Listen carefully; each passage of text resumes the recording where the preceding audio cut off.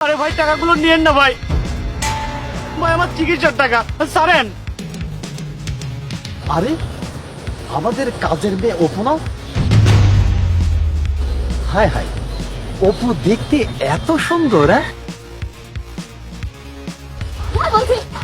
এই ছেলে পেলে এখানে কি হয়েছে?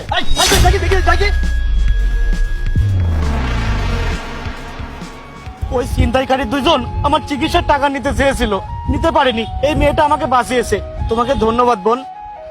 আচ্ছা ঠিক আছে ঠিক আছে, আর কোনো চিন্তা নাই, আর কোনো ভয় নাই। আচ্ছা ভাই, আপনি একটু দিকে শুনে যান। ঠিক আছে ভাই। আরে অপু, তুই তো মার্শাল্লাহ দেখতে অনেক সুন্দর। না না চাচা, আপনি এগুলো কি বলছেন? আচ্ছা অপু, তুই যখন আমাদের বাড়িতে কাজ করিস তখন তুই মুখটা ঢেকে রাখিস কেন? আর শোন, তুই যখন আমাদের বাড়িতে কাজ করিস না তখন তো তোর চাচি ছাড়া আর কেউই থাকে না। আচ্ছা এই, তুই নাকি তোর চাচির সামনে পর্দা করিস? চাচা, বলা তো যায় না কখন কে বাড়িতে এসে দেখে ফেলে। আর আপনি তো খুব ভালো করেই জানেন মেয়ে মানুষের পর পুরুষকে চেহারা দেখানো ঠিক না। মেয়েদের চেহারা শুধুমাত্র তার স্বামী দেখবে, তাই আমি বেগানা পুরুষকে কখনো আমার মুখ দেখাইনি। আমি ইসলামের আদর্শ মেনে চলি। আমি বিয়ের পর শুধুমাত্র আমার স্বামীকেই মুখ দেখাবো। তুই খুব ভালো মেয়ে রে অপু। আজ 3 বছর হলো তুই আমার বাড়িতে কাজ করতেছিস, কিন্তু আজ 3 বছরের মধ্যেও তোর চেহারাটা আমি দেখতে পারলাম।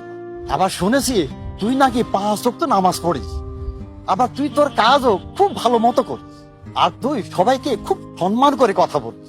শোন, বউ হিসেবে যে ছেলে তোকে পাবে না সে খুব সৌভাগ্যবান হবে রে। কি যে বলছেন চাচা, আমার মতো কাজের মেয়েকে কে বিয়ে করবে? আর কোনো বাবা কি এই কাজের মেয়ের সাথে তার ছেলের বিয়ে দেবে?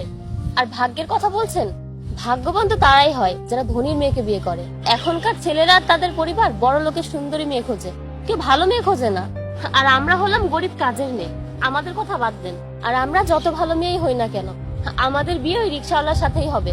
কেউ আমাদের গুণও দেখবে না, রূপও দেখবে না। আর আপনিও তো ওই দিন ঘটককে আপনার ছেলের জন্য বড় লোকের সুন্দরী মেয়ের কথা বলছিলেন।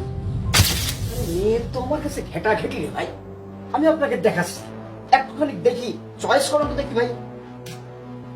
দেখেন তো এই মেয়েটা চলবে নাকি? আরে না না, এইসব মেয়ে চলবে না। চলবে না? না, আপনি দেখবেন যে আমার ছেলের জন্য ধনী পরিবারের একদম সুন্দরী ফুটফুটি একটা মেয়ে দেবে। সমাজে আমাদের একটা অবস্থান আছে, আর ব্যাপারটা তো বোঝেনি। আমার ছেলেকে যেখানে সেখানে তো বিয়ে দিতে পারি না। শুনুন ঘটক সাহেব, আপনি ধনী পরিবারের সুন্দরী মেয়ে দেখবেন, নে চা খান।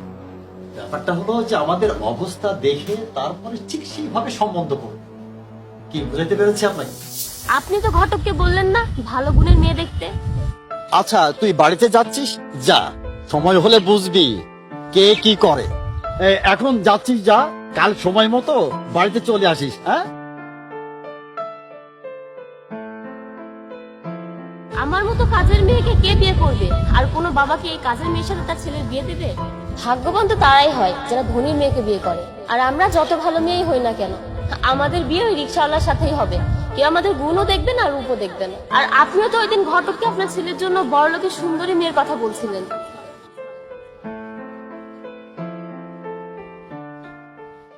আরে বাবা, এত মনোযোগ দিয়ে কি ভাবছো? না, আমি ভাবছি তোর বিয়ে দেব। হ্যাঁ বাবা, তুমি তো অনেকদিন ধরেই আমার বিয়ের কথা ভাবছো, আর মেয়েও দেখছো, কিন্তু তুমি তো তোমার পছন্দসই মেয়ে খুঁজে পাচ্ছ না। আমার পছন্দ ভুল ছিল বাবা, আমি তো আসল জিনিসটাই ভুলে গিয়েছি। বাবা, আমি আমার পছন্দ মতো মেয়ে পেয়ে গিয়েছি, আমি সেই মেয়ের সাথেই তোকে বিয়ে দেব। আরে বাবা, এই মেয়েই পারবে তোকে সুখী করতে। তার মানে এই সংসারের জন্য ওই মেয়ে উপযুক্ত। আমরা এতদিন ধরে যা খুঁজেছি তা ভুল ছিল রে বাবা। তুমি কোন মেয়ের কথা বলছো বাবা? কেন, ওই যে অপু। কি? অপু? হ্যাঁ, আমি ওই অপুর সাথেই তোকে বিয়ে দেব। এসব তুমি কি বলছো বাবা? অপু হচ্ছে আমাদের বাসার কাজের মেয়ে, আর একটা কাজের মেয়ের সাথে তুমি তোমার ছেলেকে বিয়ে দেবে, আর আমি একটা কাজের মেয়েকে বিয়ে করব?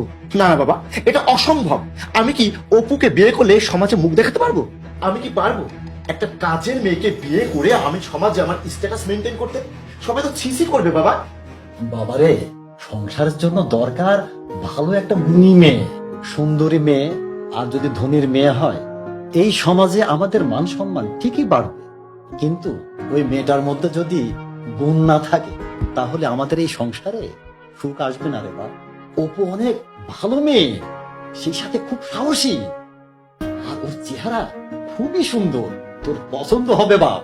সবচেয়ে বড় কথা হলো সে পর্দাশীল, সে ইসলামের নিয়ম কানুন মেনে চলে রে বাপরে।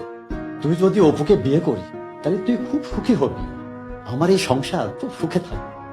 আমি আমার ছেলের বউ ওই মেয়েকেই বানাতে চাই, যে মেয়ে তার স্বামীকে ছাড়া ওই রূপ অন্য কাউকে দেখাতে নারাজ।